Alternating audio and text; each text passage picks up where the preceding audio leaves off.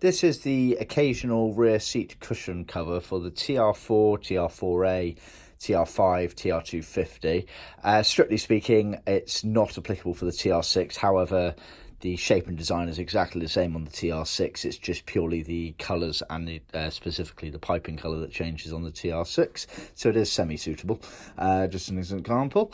This has been done in vinyl. We can also offer it in leather-faced or in full leather. Obviously vinyl, everything is vinyl.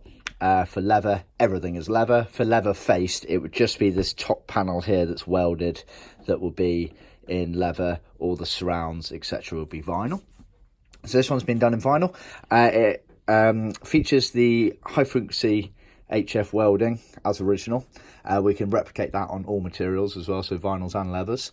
So you can see there it's literally embossed down in as per original. So that would match up with your rear bulkhead panel in the car as well, which has lines on them, either top to bottom or left and right, depending on the year of the car. TR6s, a lot of the TR6s had left to rights.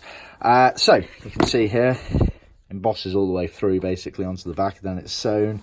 We had some top stitching detail on the edges there.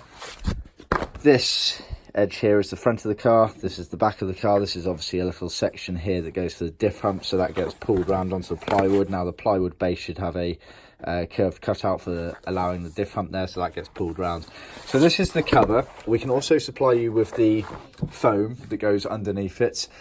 Currently we do not supply the plywood base, but we are working on that, and at that point we'll be able to supply you the plywood base separately, or for a cost we can actually supply you a fully trimmed up unit. So contact us about your requirements and we may be able to help with that. Yeah, so that is your cover. Just bear in mind it was an optional extra on these cars, so not many of the cars actually left with this as a factory option. Most of them just had the carpet in the rear shelf area, but some cars did leave with this cover.